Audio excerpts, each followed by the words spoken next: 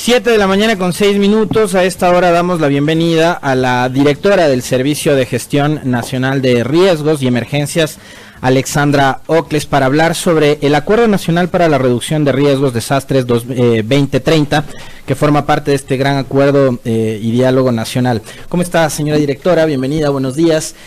¿Cómo han enfrentado esta etapa de verano para empezar y de ahí hablar en macro de este acuerdo nacional? Pero ¿cómo han enfrentado esta etapa de verano donde siempre el país está enfrentando contingentes por motivos de incendios forestales y cosas por el estilo? Bienvenida, buenos días. Gracias, Alexis. Buenos días. Un saludo, Fabricio, un saludo a toda la audiencia. Efectivamente, cada verano, cada época seca, el Servicio Nacional de Gestión de Riesgos, articulando a los distintos actores del Sistema Nacional Descentralizado de Gestión de Riesgos, hemos trabajado por generar una dinámica de respuesta ante la contingencia que se da en todo el país.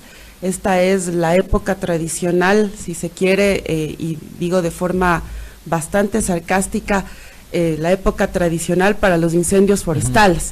Lamentable, nosotros iniciamos además hace unos meses la campaña Ecuador sin Fuego, precisamente con el Ministerio de Ambiente y con el Ministerio de Agricultura. Son dos sectores importantes en este proceso, pero además con los gobiernos autónomos descentralizados, con los organismos de primera respuesta, como son los cuerpos de bomberos a nivel nacional, Fuerzas Armadas, Policía Nacional y la propia comunidad, que son los actores fundamentales en este proceso.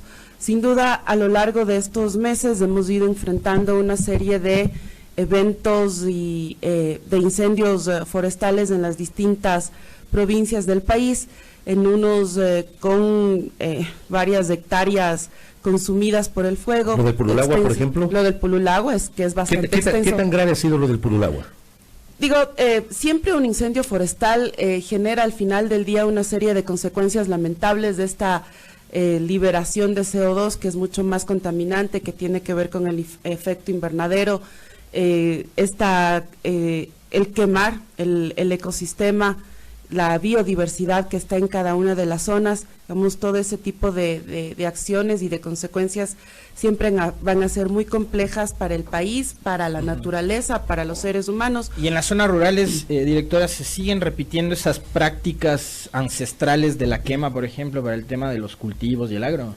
Lamentablemente sí, Alexis, es una práctica ancestral. Es bastante complejo que la ciudadanía y que nuestros agricultores puedan un poco cambiar esta lógicas, dinámica, ¿no? Porque se asume que haciendo estas quemas usted recupera la tierra, quema plagas y cosas así, o estas quemas de basura que a veces en algunos barrios se suelen hacer y terminan generándose estos incendios forestales, más con las condiciones en las cuales está hoy la vegetación, sobre todo en la sierra.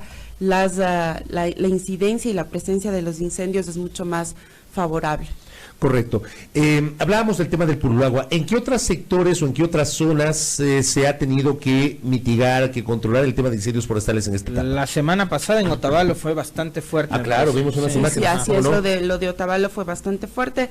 Decirles que hasta ahora, por ejemplo, tenemos 4.833 hectáreas consumidas. Esto da cuenta más o menos de 886 eventos que se han dado a nivel nacional. Las 3 provincias más afectadas hasta el momento son Imbabura, Loja y Pichincha. Digamos, de ahí tenemos Carchi, Guayas, Chimborazo, el Azuay, la provincia del Oro, entre las provincias con mayor afectación. Y creo que esto obviamente siempre tiene que ponernos a pensar en las consecuencias de cada uno de estos eventos, en el rubro que significa para el Estado, para los gobiernos autónomos descentralizados, la respuesta frente a este tipo de incidentes. El trabajo ha sido coordinado con los cuerpos de bomberos. ¿Cómo se ha generado esa coordinación? Por ejemplo, en el caso del Pululagua, ¿cómo ustedes coordinaron justamente la intervención de los bomberos? En el caso del Pululagua, siempre una vez que está identificado el conato de incendio, rápidamente se despacha a los cuerpos de bomberos para que puedan atender, y depende de la magnitud.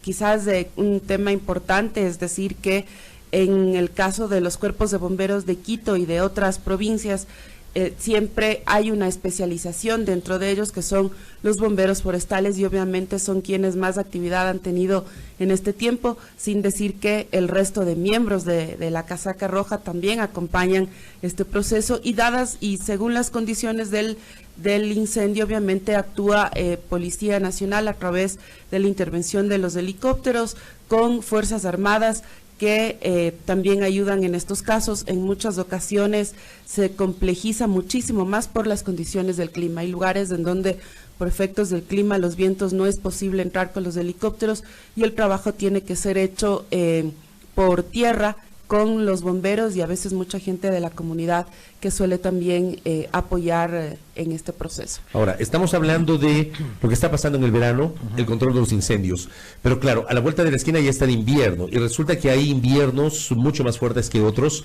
¿Cuál es la proyección del invierno que se avecina para sobre todo para la región litoral, en donde a ratos o hay etapas o años en los cuales se siente con mucha más fuerza la presencia de las lluvias, que a su vez generan crecida de ríos, que a su vez provocan inundaciones en algunas zonas? ¿Cómo se proyecta y cómo está la planificación de cara al próximo invierno?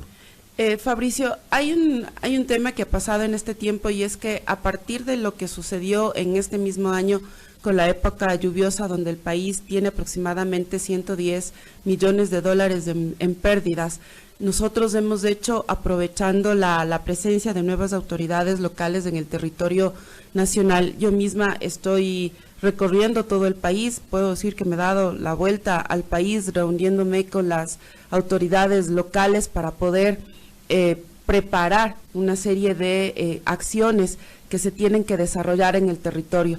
Recuerde usted que la competencia de la gestión de riesgos está también en los gobiernos locales, y por tanto eso tiene que ser asumido en cada uno de los territorios. Hay muchas cosas que se perdieron simple y llanamente porque a muchos gobiernos locales no les dio la gana, dicho así, no les interesa intervenir en un tema que es absolutamente fundamental, y se provocaron inundaciones, se provocaron una serie de eventos que complejizaron y vulneraron mucho más la situación de la ciudadanía en distintas localidades. En esta vuelta y en esta reunión constante con las autoridades hemos planteado la posibilidad de que efectivamente ellos tienen que trabajar por la reducción de riesgos, digamos, no en aumentarlos, no en vulnerar mucho más la situación, sino en reducir los riesgos. Y eso pasa porque puedan generar obras de mitigación, que es lo que les corresponde en cada uno de los territorios. Pero cuando ya escuchen obras, ahí sí ya les va a interesar, pues no han de estar esperando que les den recursos. Ese es el sentido que tienen, ¿no es cierto?, de estirar la mano y decir, deme para hacer, porque este es un municipio endeudado, porque este es un municipio que no tiene plata, que no tiene capacidad. Pero sin necesidad de eso también se puede hacer algo, por ejemplo, claro, ordenanzas municipales para impedir que se construyan zonas de riesgo. Ahí hay una cosa que nosotros estamos impulsando por un lado, y es precisamente el apoyo que les estamos dando a los gobiernos autónomos descentralizados en la preparación de los planes de ordenamiento territorial.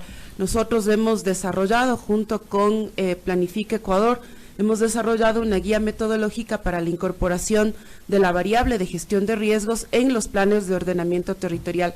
Y esto básicamente porque les permite presupuestar, porque les permite contar con recursos, y como yo les suelo decir, quítele un poco de fondos o del presupuesto a la fiesta de la ciudad, que sin duda es importante. Atraer a Chino y Nacho, a Nati y Natasha. Pero ponga lo que va a invertir en esa fiesta, ponga un porcentaje en el presupuesto de gestión de riesgos para que pueda generar obras de reducción. Usted estaba impulsando, con base en eso, una suerte de acuerdo nacional para la prevención de riesgos. ¿Quiénes son los actores de este acuerdo nacional? Bueno, el acuerdo nacional por la reducción de riesgos tiene varios actores. Uno de ellos es la Asamblea Nacional. En el marco de la región, Ecuador es uno de los países que no cuenta todavía con una norma que regule el Sistema Nacional Descentralizado de Gestión de Riesgos, y esta norma está presentada en la Asamblea, hace parte del Código de Seguridad y Defensa, es del libro cuarto, y por tanto el exhorto ahí es a que la Asamblea pueda tratar todo el código para que efectivamente la parte que tiene que ver con gestión de riesgos pueda ser aprobada y el país cuente con esta norma. ¿Cómo está ese trámite en este momento? O sea, ya me contestó con su... con su cara. Me imagino que debe tener que tramitar la Comisión de Gobiernos Autónomos. No, está en la Comisión de Soberanía y Relaciones Internacionales. Porque es además seguridad integral que tiene ahí. Sí, hace parte del código. Pero por su expresión no pasa nada. No ha avanzado nada. No ha avanzado nada. Pero relento o no ha avanzado nada. Está avanzada una parte, han hecho discusiones, hay comparecencias, digamos, ahí un poco en los temas internos de la propia asamblea, la dinámica es distinta, ustedes saben más de eso. Así que, digamos, ese es uno de los ejes del acuerdo.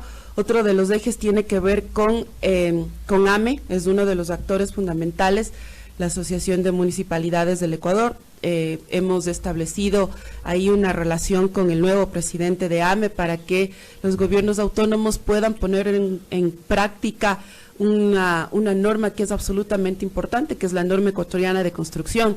Es el alcalde del Cantón Paute, ¿no? Provincia de Azuay. Sí, el nuevo presidente. ¿Cómo no? El alcalde Raúl Delgado.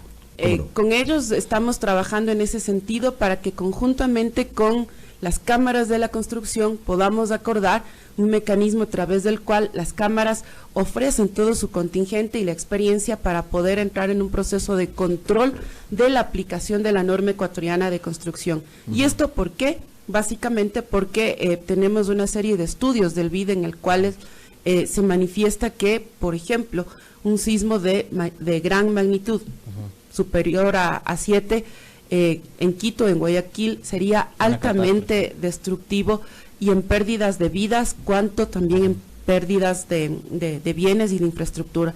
Así que es fundamental que los gobiernos autónomos entren en un proceso de mayor responsabilidad con respecto al cumplimiento de la norma ecuatoriana de construcción. Otro de los ejes tiene que ver con la consideración de la gestión de riesgos como una política nacional que está en el marco de la planificación local y nacional, y para eso obviamente el trabajo con los distintos actores es el camino. Uno de los siguientes ejes tiene que ver con la empresa privada. La empresa privada es uno de los actores fundamentales también en el marco de la reducción de riesgos. En Ecuador estamos trabajando porque estos sectores puedan involucrarse en un proceso mucho más sostenido, en tanto y en cuanto la empresa privada dinamiza la economía local en cada uno de los sectores después de un desastre, por ejemplo, si es que tiene planificado un plan de continuidad de negocios, si es que ha trabajado sus planes de contingencia, si es que ha capacitado a sus empleados y ha protegido también la vida de sus empleados, así que estamos en ese camino. Y el siguiente eje tiene que ver... Si es que están asegurados los bienes, ¿no? Y si es que están también asegurados los bienes. Y un siguiente eje tiene que ver con los mecanismos financieros, es decir, no tener solo una política económica reactiva frente a un desastre, frente a una emergencia, sino más bien una política económica mucho más preventiva, y para eso estamos articulando con el Ministerio de Finanzas y con los organismos internacionales, en este caso Banco Mundial y BID, que estamos trabajando ya en ese sentido. Volviendo al tema de los incendios y por preguntas que nos envían los oyentes, directora, ¿tanto el incendio del Pululagua como el de Otavalo están ya controlados? ¿Cuál es la situación actual? El incendio de Otavalo está liquidado, ese está controlado. El del Pululagua también está controlado. Estamos en permanente monitoreo precisamente porque son zonas en donde las condiciones son altamente favorables para que vuelva a encenderse, así que hay un proceso de monitoreo que se está realizando en las zonas donde los incendios están controlados. Por lo que ha ocurrido en la zona selvática de Brasil, en Perú y en Bolivia, el gobierno nacional tomó la decisión de enviar también ayuda, algún contingente personal, asesoramiento a Brasil. En nuestra selva no hubo incendios, no se ha registrado ningún evento. Por lo general, en la región amazónica es donde menos incendios podemos tener, se dan, pero con muchísima menos frecuencia, como al contrario de la sierra o la costa, en donde sí... Tiene que ver con la humedad, ¿no? Me imagino. Sí, tiene que ver por la humedad, las condiciones de la zona no dan para esta generación de incendios forestales. Ahora, entiendo también que ustedes para el 11 de septiembre están preparando un simulacro sobre una eventual erupción o proceso eruptivo del volcán Cotopaxi. ¿Cuál es el sentido de hacer este simulacro? Bueno, esa es la hipótesis con la que estamos trabajando. Nos sirve precisamente para que tanto los organismos de respuesta, los gobiernos autónomos descentralizados de la provincia, de las provincias que están en la zona de influencia del volcán, puedan estar preparados a hacer su planificación, ajustar los tiempos de respuesta, prepararse en términos generales ante la eventualidad de una erupción del volcán Cotopaxi. Sirve también para que la población, incluso en la ciudad de La Tacunga, pueda hacer este cambio de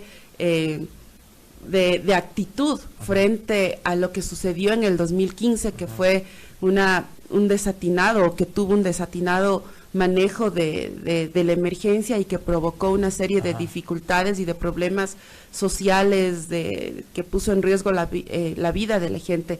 Así que en esa circunstancia nosotros estamos trabajando con los distintos actores en las provincias de influencia, que son Cotopaxi, Napo y Pichincha, para poder generar este 11 de septiembre efectivamente el simulacro. También nos sirve obviamente para medir nuestros propios tiempos de respuesta y los de la ciudadanía cuando ha habido un proceso de preparación en el territorio, a fin de que la ciudadanía pueda conocer las rutas de evacuación, pueda conocer cuáles son los lugares seguros. En ese contexto también comentarles, estamos trabajando con SNAI para activar los planes de contingencia al interior de los centros carcelarios. Claro, el de La Tacunga, por ejemplo, ¿no? El de La Tacunga, por ejemplo, que está en plena zona de Lajares. Y a ver, ¿qué fue lo que pasó en el 2015? ¿Qué es lo que tiene que mejorarse para que ahora no ocurra lo mismo? Alexis, recuerde usted que hubo un mal manejo de la información alrededor del proceso eruptivo del volcán. Eso generó obviamente un pánico en la ciudadanía que hizo que sucedan un sinnúmero de consecuencias sociales, económicas para la provincia. ¿Errores de las autoridades locales, de las autoridades nacionales o de los medios de comunicación? Creo que hay una combinación de todo. De claro, todo hay una, si como autoridad nacional yo doy una información o malinformo, obviamente los medios van a reproducir y las autoridades locales van a asumir lo que está diciendo la autoridad nacional, es decir, es toda una cadena. Por eso hablamos siempre nosotros del sistema nacional descentralizado, y por tanto eso es lo que hay que trabajar. Hemos hablado con el alcalde de La Tacunga, hemos hablado con el alcalde de Salcedo, estamos trabajando con los presidentes de las juntas parroquiales. Con la ciudadanía todavía sigue siendo difícil, es un episodio que no quieren recordar, que no quieren repetir. Sin embargo, hay que insistir en la necesidad de conocer, por ejemplo, el SAT, el sistema de alerta temprana, que es para el proceso eruptivo del Cotopaxi. Tengo entendido que en las últimas horas el IGE ha instalado nuevos equipos de monitoreo también en el volcán, ¿no? Sí, se han venido instalando. Ahí hay un proceso de colaboración con algunas instituciones internacionales. Hace poco estuvieron aquí expertos de Estados Unidos acompañando la visita y haciendo un recorrido por varios de las provincias para conocer el proceso de monitoreo tanto del Cotopaxi como del Tungurahua. Así que hay una experiencia en el IGE que es importante, y también se están haciendo los esfuerzos para que el equipamiento de las distintas instituciones técnicos científicas pueda estar al día y pueda generar siempre información adecuada para el manejo de las emergencias. ¿Cómo andan en materia de recursos ustedes? Bueno, nosotros tenemos hasta ahora ya un 51% de ejecución. Hemos avanzado en ese sentido.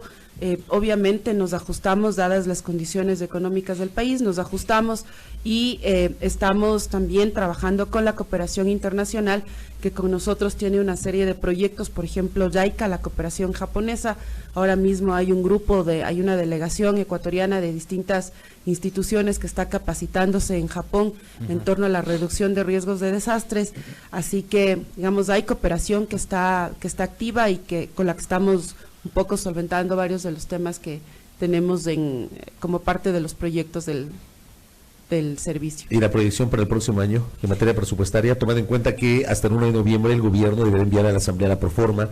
Me imagino yo que ustedes ya presentaron las expectativas que tienen para la gestión de esta instancia, de este ente, de cara al 2020.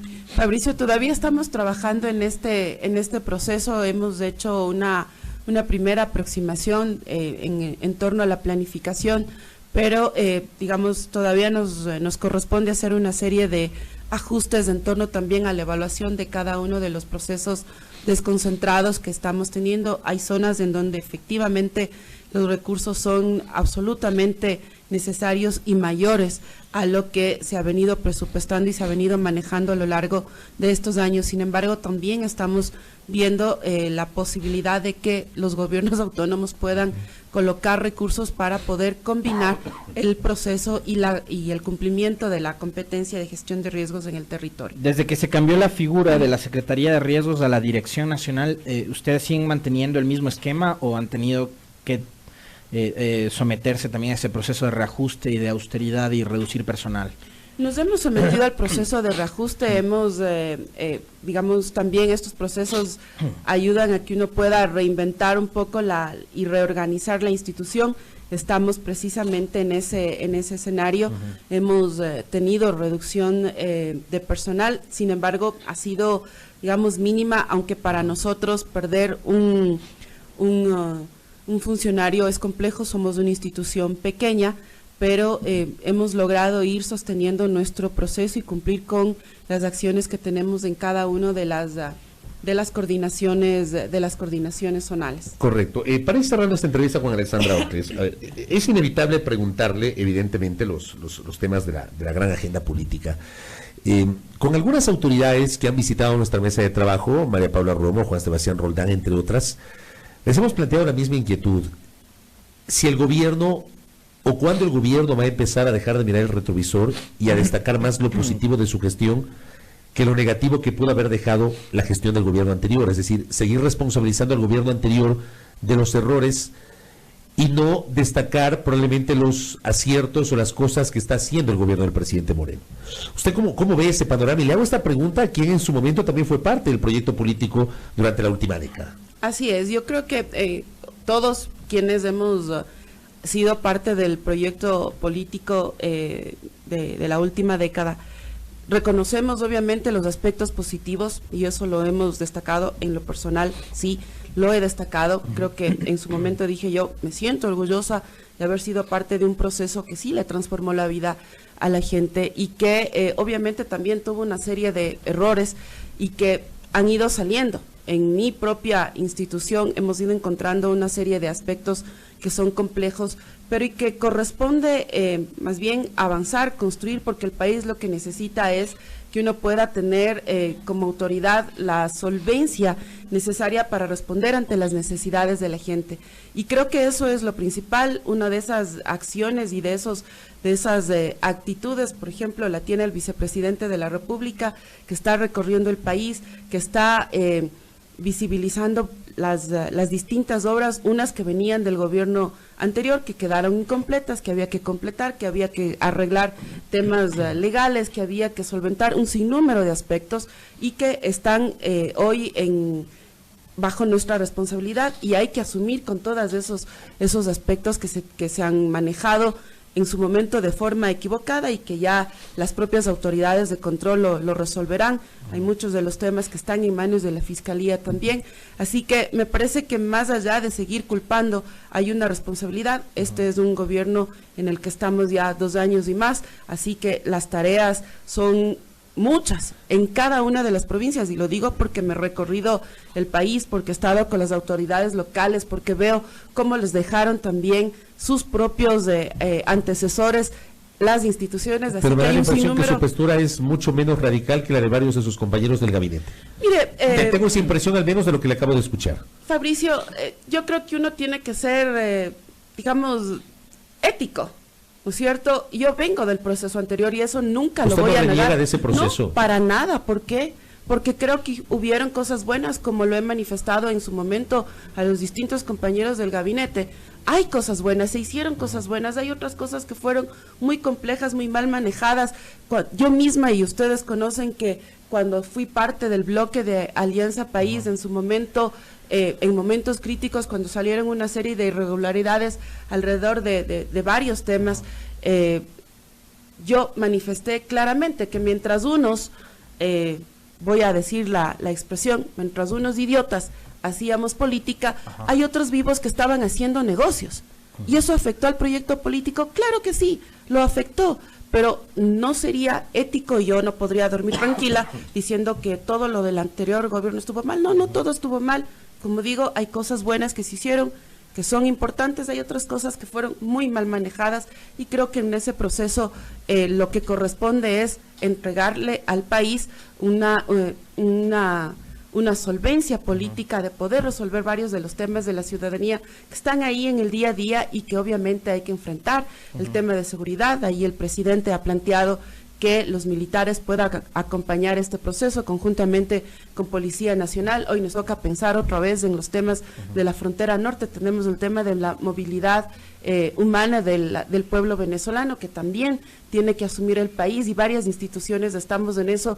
Temas para trabajar hay un montón y creo que es lo que necesitan los ecuatorianos, y en eso estamos comprometidos también como gobierno nacional. Y en consonancia con la pregunta que le formulaba Fabricio, yo le pregunto, directora, porque usted también fue dirigente del movimiento Alianza País, ¿el futuro del movimiento Alianza País cuál es? ¿Existe todavía? Alexis, ¿Tiene perspectivas hasta 2021 el o ya no? movimiento está trabajando, está repensándose, hay un proceso de discusión interna que se está generando en este momento con los directores provinciales. Obviamente la situación del movimiento no es fácil, todo mundo ha lanzado verbos y dardos al movimiento Alianza País, como que digamos que ha hecho que disminuya en su capacidad, en su presencia, en el imaginario de lo que antes fue. La ruptura obviamente generó también muchas complejidades, así que en ese contexto, digamos, el movimiento tiene que reinventarse, tiene que repensarse. ¿Pero todavía existe o no el movimiento País? Claro que existe, Fabricio. Pero no solo de membrete, yo le hablo de la estructura, hay estructuras de trabajo político al interno. Están trabajando en el territorio, hay temas que se están haciendo en los distintos en las distintas zonas, hay alcaldes además del movimiento Alianza País, entonces digamos no se puede decir que el movimiento Alianza País está muerto, está en un momento complejo, está trabajando a la interna y quizás eso es un tema que también le tienen que preguntar al secretario ejecutivo del movimiento. Pero usted sigue siendo parte activa del movimiento. Sí, ¿Usted sigue sin activando embargo, en política? Estoy acompañando varios temas, pero de verdad por el trabajo a la distancia, y es un aspecto que planteé precisamente porque mi trabajo no es del escritorio, yo paso mucho tiempo más en las provincias recorriendo, respondiendo ante las distintas emergencias, así que eso no me permite siempre estar en los ritmos propios del movimiento, así que ahí estamos. ¿Y el presidente Moreno sigue ejerciendo como presidente del movimiento? Presidente, ¿sí? Claro. Pero él habla a la interna de AP o ya no. Digamos, ese es un tema que a la interna del movimiento está en discusión, pero el presidente Moreno sigue siendo el presidente de Alianza País. Correcto. Muy bien. Alexandra, gracias por el tiempo. Muy amable. Gracias. Gracias a la directora del Servicio Nacional de Gestión de Riesgos de Emergencias, Alexandra Ocles, visitándonos a los tiempos. Muy interesante esta entrevista, hablando sobre su gestión, pero claro, no podíamos dejar de preguntarle sobre los temas políticos, sobre la coyuntura política. Gracias a nuestra invitada, 7 de la mañana, 33 minutos.